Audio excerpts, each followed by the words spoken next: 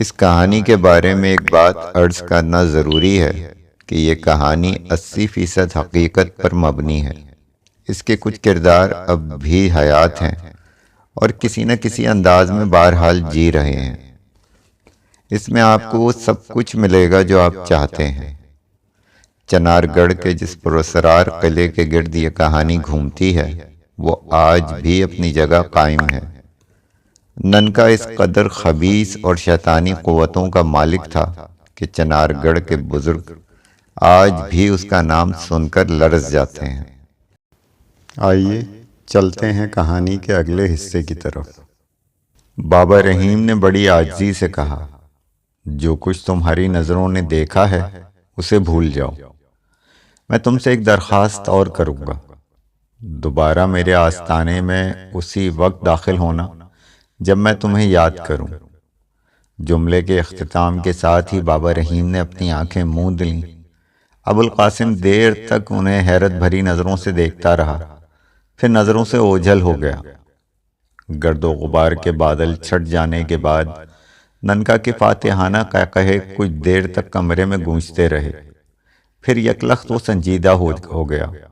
اس کی سرخ سرخ نگاہیں کھلے ہوئے دروازے کے دوسری طرف کچھ تلاش کرتی رہی۔ اس کے مکرو چہرے پر بڑی گمبھیر سنجیدگی نظر آ رہی تھی۔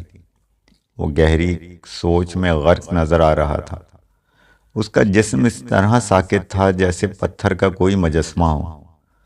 اس کی آنکھوں کے تاثرات بڑی تیزی سے بار بار تبدیل ہو رہے تھے۔ شرافت حسین کو ننکا کا قہقہہ لگانا، پھر یکلخت خاموشی اختیار کر کے دوسرے دروازے کی سمت نظریں جما کر دیکھنا کچھ عجیب سا لگ رہا تھا۔ جو شعلے نمودار ہوئے تھے وہ یقیناً ننکا کو جلا کر راکھ کر دینے کے لیے تھے، لیکن ننکا نے اپنے بچاؤ میں خاصی پھرتی کا مظاہرہ کیا تھا۔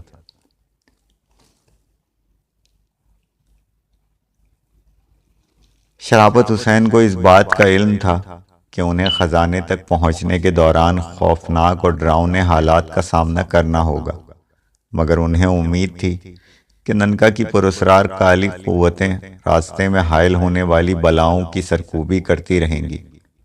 شعلوں کی مزاحمت بھی اس سلسلے میں ایک کڑی ثابت ہوئی، جسے ننکا نے اپنی شیطانی طاقت سے ختم کر دیا۔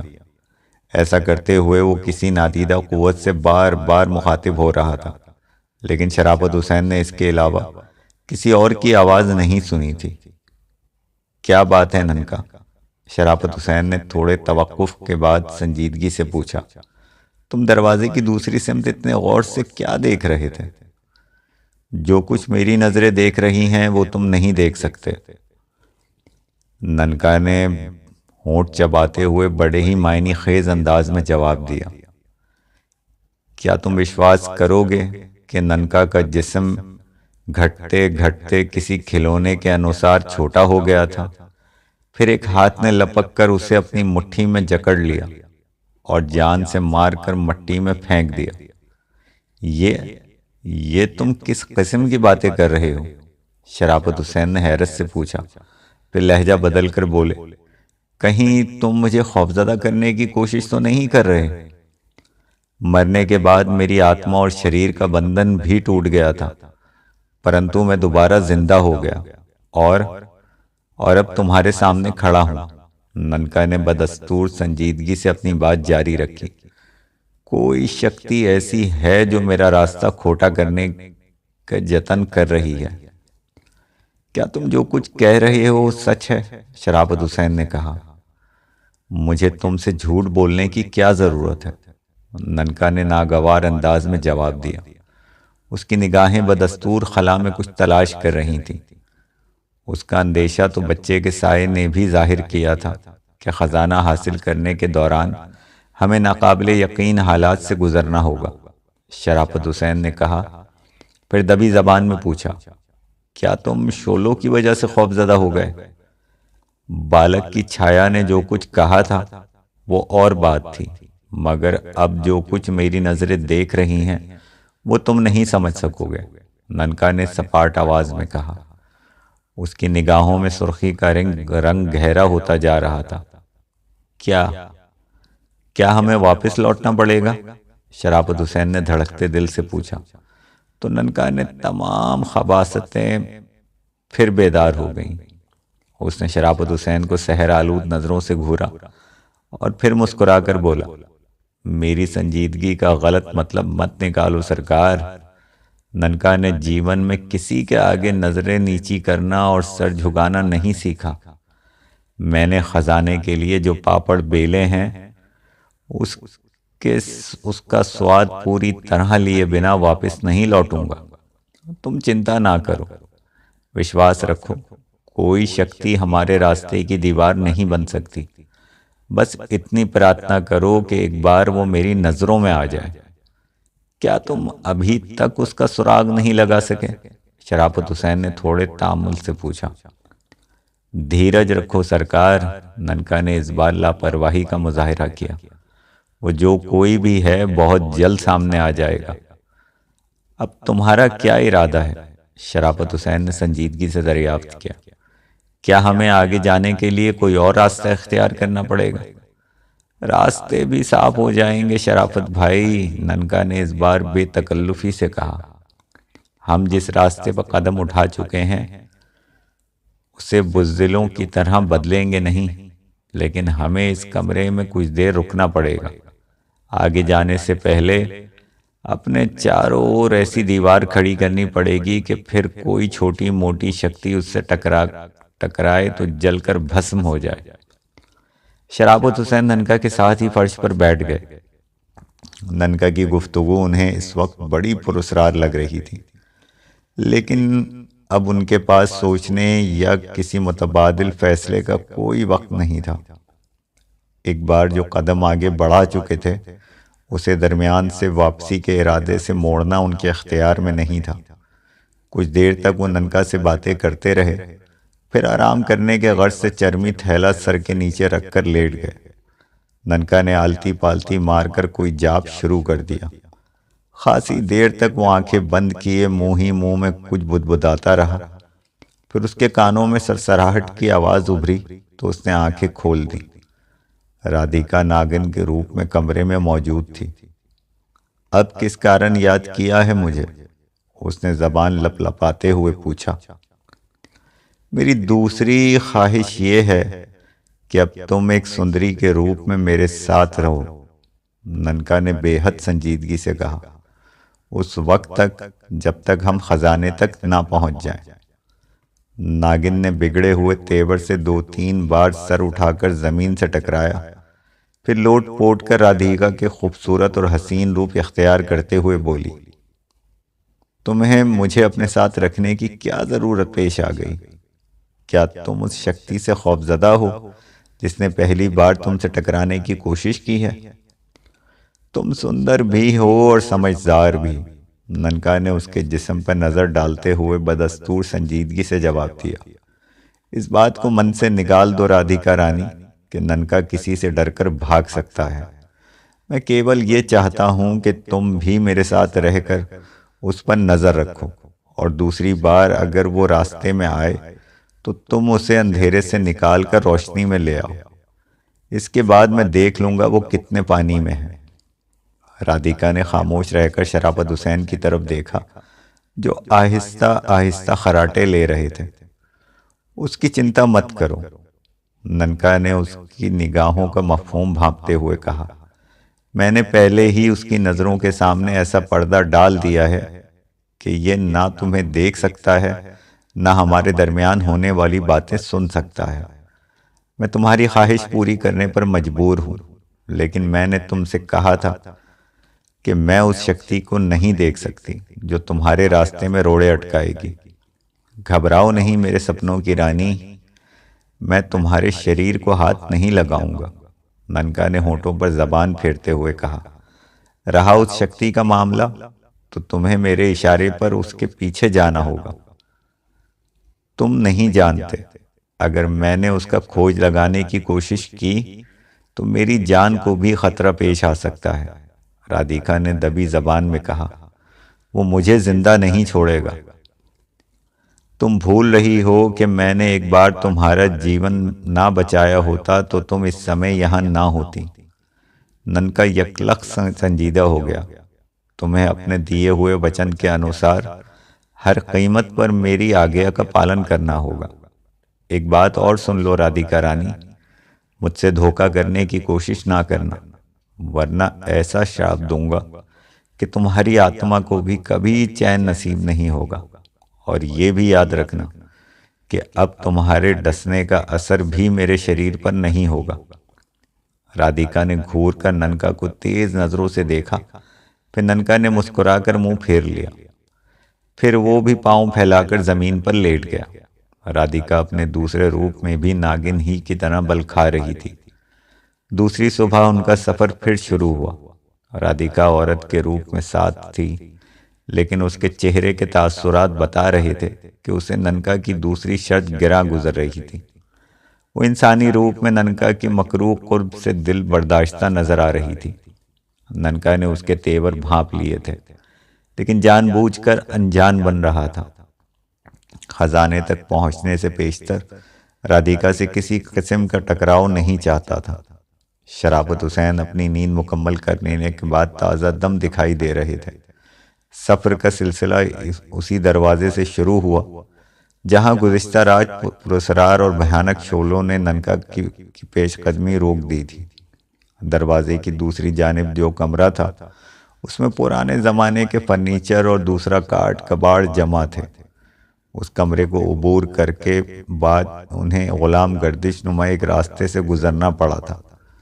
ننکا خلاف توقع سنجیدہ نظر آ رہا تھا۔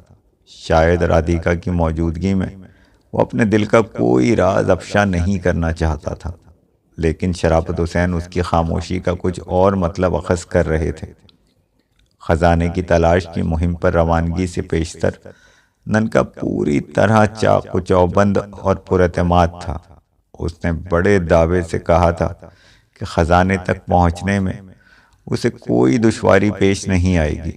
وہ اپنی کالی قوتوں سے ان پراسرار رکاوٹوں کو دور کرنے کا عزم کر چکا تھا جو مقتول بچے کی پرچھائی کے علاوہ اسے اپنے ذرائع سے بھی معلوم ہوئی تھی۔ شرافت حسین اپنی آنکھوں سے ننکا کی خوفناک اور حیرت انگیز طاقت کا کرشمہ دیکھ سکتے تھے، لیکن شعلوں کے مقابلے میں ننکا کو کامیابی نہیں ہوئی تھی۔ اس نے کہا تھا کہ کوئی دوسری طاقت اس کا راستہ روکنے کے درپے ہے، مگر وہ طاقت کیا تھی، کس کی تھی، کیا چاہتی تھی؟ ننکا کی باتوں سے یہی ظاہر ہوا تھا کہ وہ اس کے بارے میں کوئی حتمی فیصلہ نہیں کر سکا تھا۔ غلام گردش سے گزر کر وہ ایک دروازے کے قریب پہنچے جو اندر سے بند تھا۔ ننکا نے دروازے کے قریب جا کر دوسری جانب کی سنگن لینے کی کوشش کی، پھر ہاتھ کے اشارے سے شرافت حسین کو خاموش رہنے کی تاکید کی۔ کمرے کے اندر سے لوگوں کی آپس میں باتیں کرنے کی آوازیں سنائی دے رہی تھیں۔ تم تو خواہ اپنے ساتھ ساتھ ہماری بھی راتوں کی نیندیں حرام کر رہے ہو۔ ایک مردانہ آواز ابھری۔ وہ اپنے کسی ساتھی سے مخاطب تھا۔ 2 ماہ سے زیادہ عرصہ گزر گیا ہمیں، رات رات بھر جاگتے ہیں، لیکن ابھی تک کوئی چڑیا کا بچہ بھی ادھر نہیں آیا۔ بری گھڑی اور برا وقت کبھی آواز دے کر نہیں آتا، دوسرے نے سنجیدگی سے کہا۔ جب تک اوپر سے کوئی دوسرے احکام نہ موصول ہوں، ہمیں اپنی ڈیوٹی سے غفلت نہیں برتنا چاہیے۔ تم دونوں اپنی بیکار کی بحث میں پڑے ہو اور میں کچھ اور سوچ رہا ہوں، تیسری آواز ابھری۔ وہ کیا؟ ہم تینوں خزانے کے سب سے قریب ہیں، لیکن صرف اس کی حفاظت کی خاطر اپنا وقت برباد کر رہے ہیں۔ کیا مطلب؟ مطلب بہت صاف ہے میرے دوستوں، بولنے والے نے سڑسڑاتے لہجے میں کہا۔ تہ خانہ جہاں سے گزر کر خزانے کا راستہ جاتا ہے ہمارے علم میں ہے۔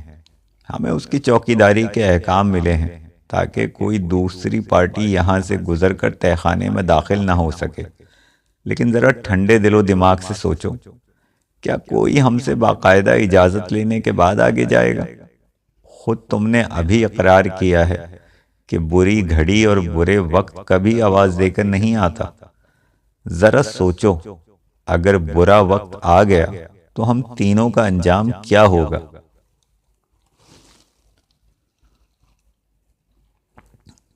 دردناک موت۔ ہماری لاشیں اس کمرے میں خون میں لتڑی بے ترتیب پڑی ہوں گی۔ اور خزانے کی تلاش میں آنے والے جنونی افراد ہماری لاشوں کو پھیلانگتے ہوئے تہہ خانے سے گزر کر خزانے تک پہنچ جائیں گے۔ تم کیا کہنا چاہتے ہو؟ دوسرے نے سنجیدگی سے پوچھا۔ خزانے پر پہلا حق ہمارا ہے۔ ہر شخص کی زندگی میں ایک ایسا موقع ضرور آتا ہے جو اسے زمین سے اٹھا کر آسمان کی بلندیوں تک پہنچا دیتا ہے۔ جو اس موقع سے فائدہ اٹھاتے ہیں وہ ہمیشہ آرام کرتے ہیں اور عیش سے زندگی بسر کرتے ہیں۔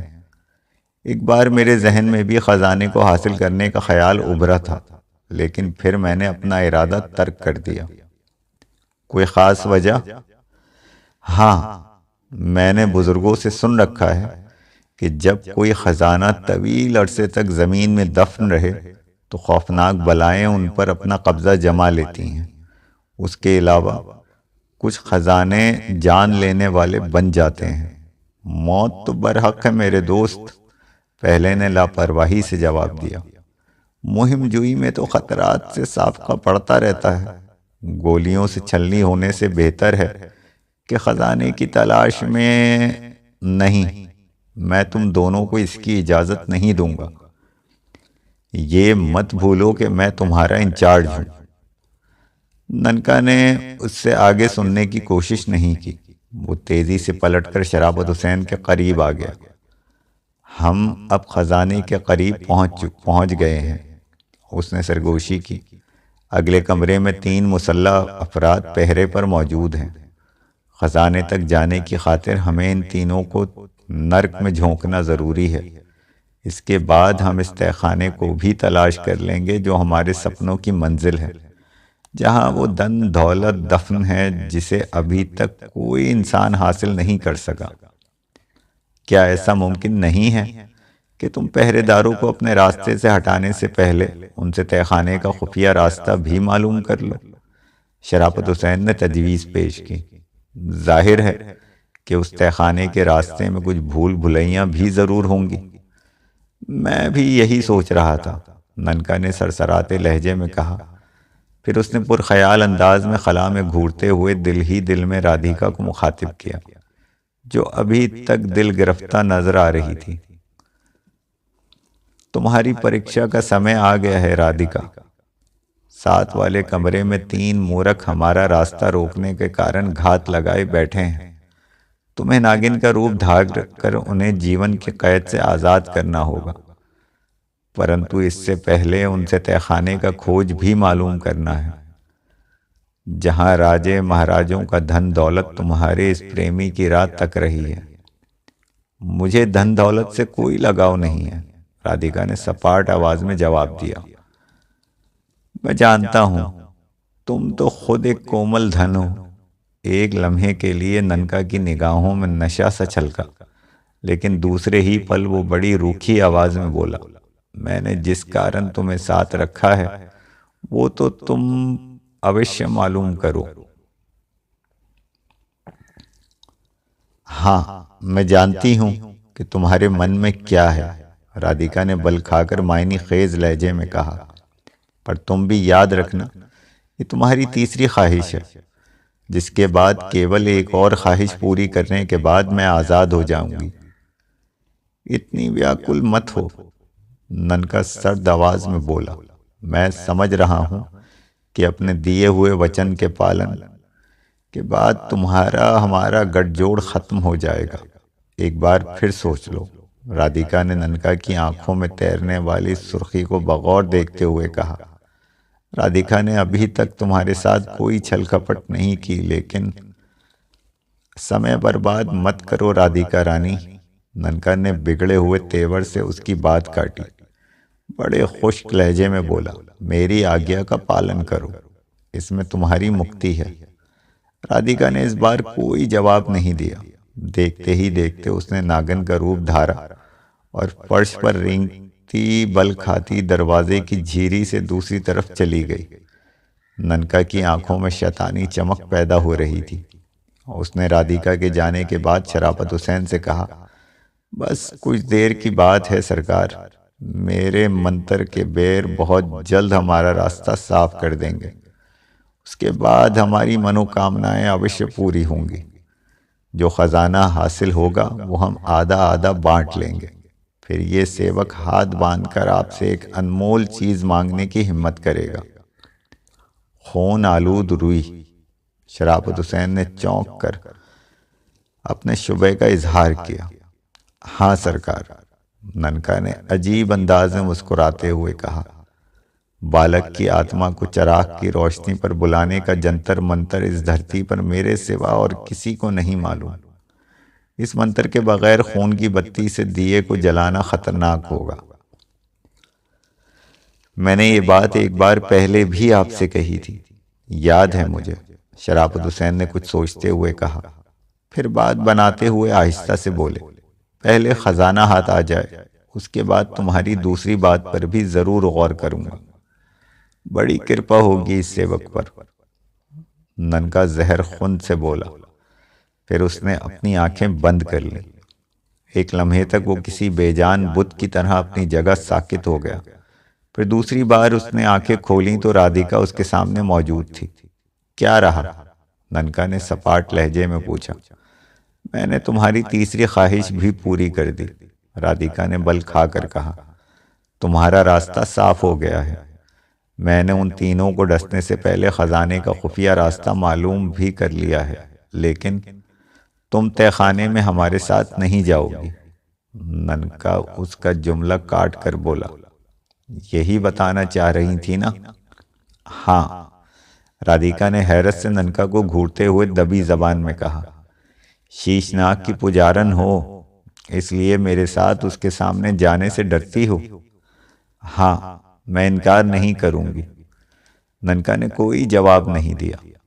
اس کی بڑی بڑی سرخ اور خوفناک نگاہوں میں پراسرار سائے لہرانے لگے۔ اس نے رادھیکا کے خوبصورت جسم کو غور سے دیکھا، پھر شرافت حسین کا ہاتھ تھام کر دروازے کی طرف قدم اٹھانے لگا۔ دروازے سے گزر کر وہ دوسری طرف داخل ہوئے تو شرافت حسین کو پھر حیرت سے دھچکا لگا۔ فرش پر 3 پہرے داروں کی اکڑی ہوئی لاشیں موجود تھیں۔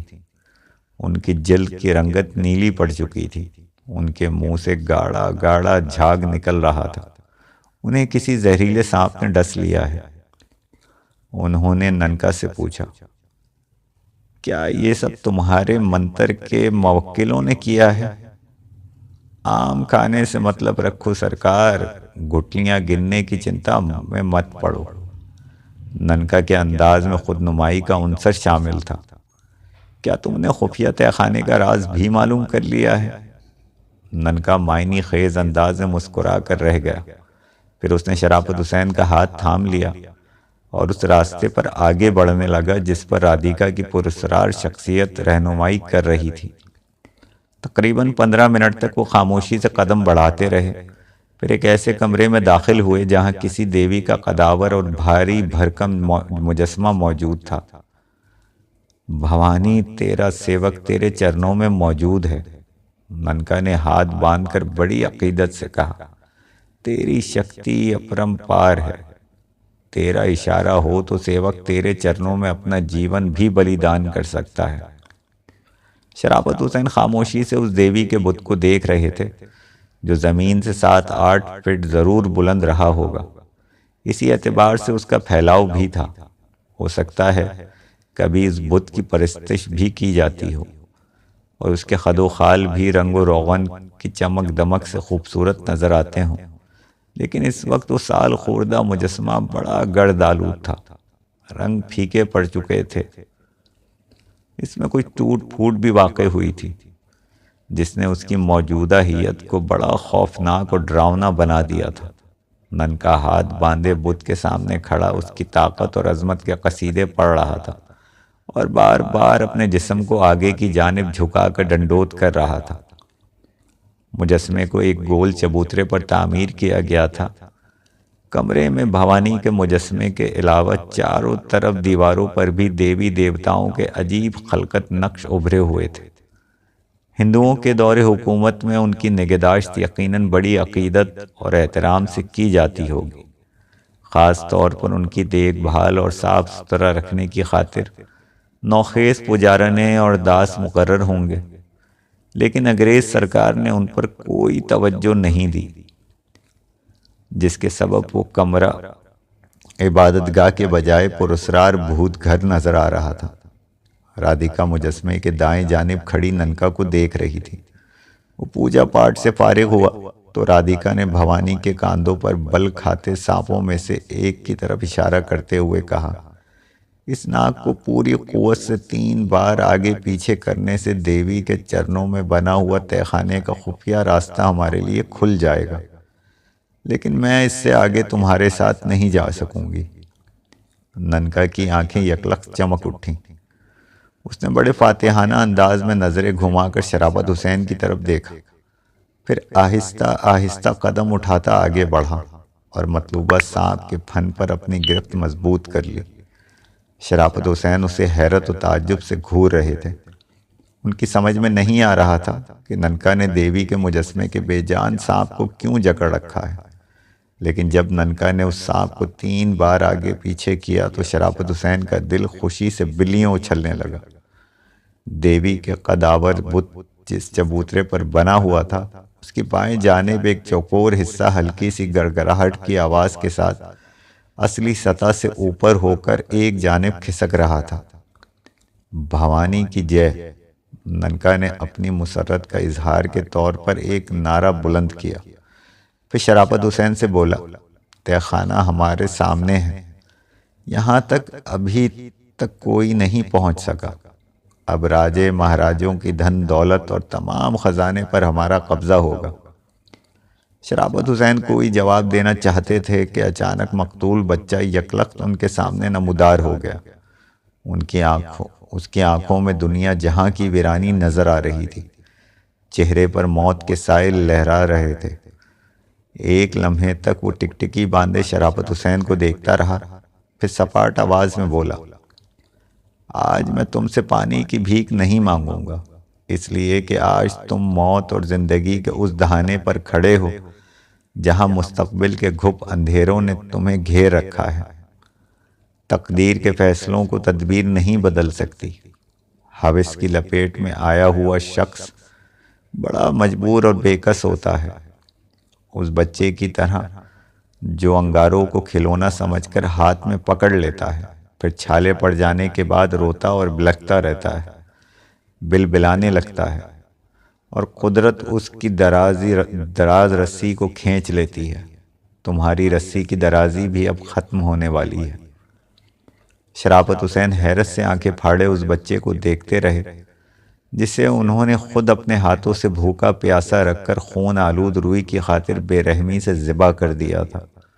وہ اس بچے سے معلوم کرنا چاہتے تھے کہ مرنے کے بعد وہ کسی بھیانک سائے کی طرح ان کا تعاقب کیوں کر رہا ہے، لیکن ان کی قوت گویائی سلب ہو کر رہ گئی تھی۔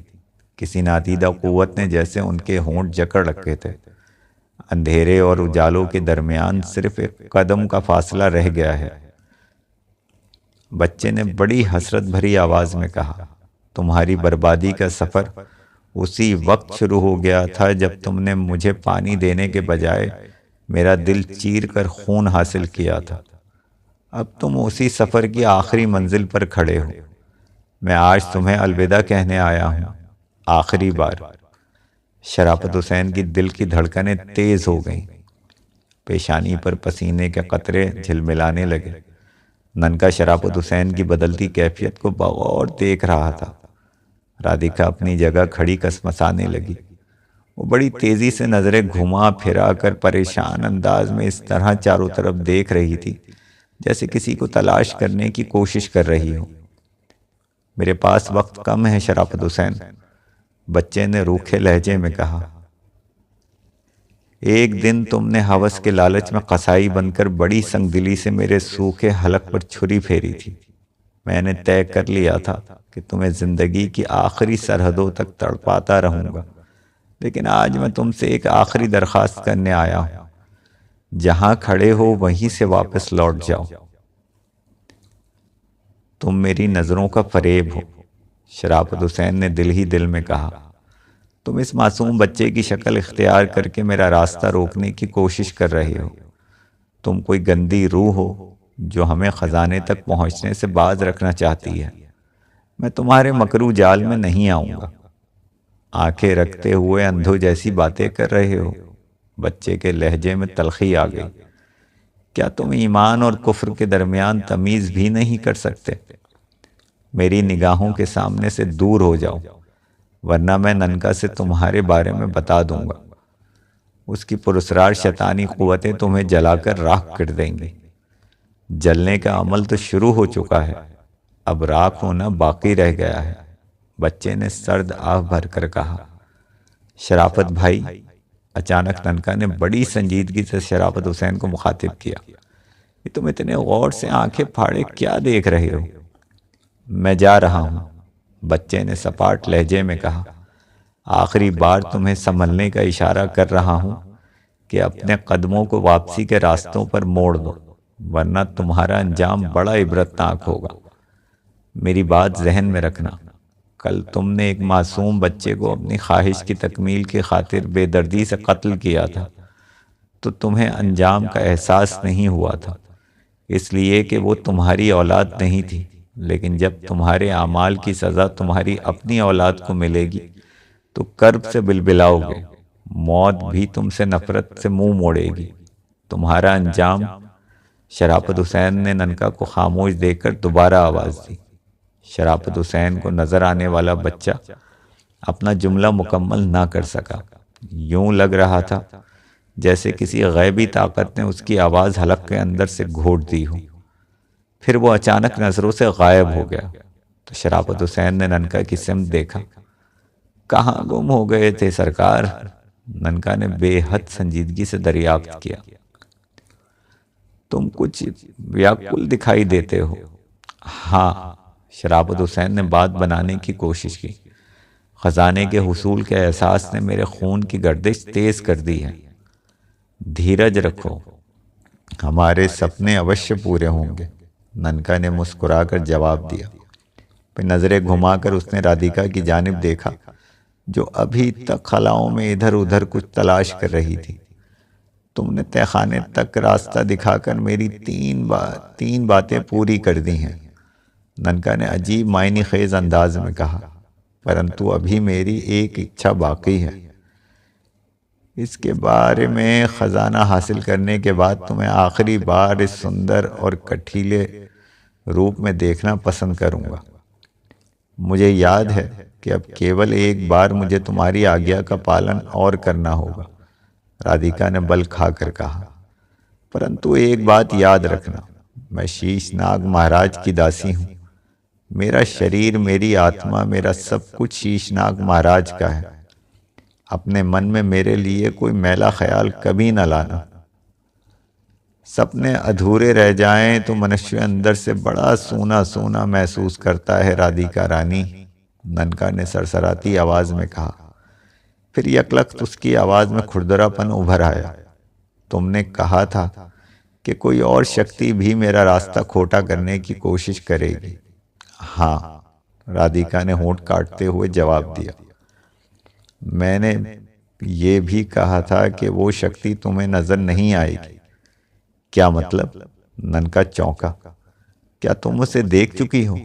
نہیں، رادھیکا نے جلدی سے کہا، میں بھی اس شکتی کو نہیں دیکھ سکتی، لیکن جو کچھ میں نے کہا تھا وہ جھوٹ نہیں تھا، وہ جو بھی ہے آخری سمے تک تمہاری راہ میں رکاوٹیں کھڑی کرتا رہے گا۔ ننکا نے جواب میں صرف معنی خیز انداز میں مسکرانے پر اکتفا کیا۔ اس کے انداز میں تکبر اور اعتماد کی ملی جلی کیفیتیں موجود تھیں۔ پھر اس نے شرافت حسین کا ہاتھ تھاما اور تہ خانے میں جانے کی خاطر اس خلا کی طرف قدم اٹھانے لگا جو چبوترے کے ساتھ پیدا ہوئی تھی۔ کہانی یہاں ختم نہیں ہوئی ہے۔ کہانی کا اگلا حصہ جاننے کے لیے ہماری اگلی ویڈیو دیکھیں۔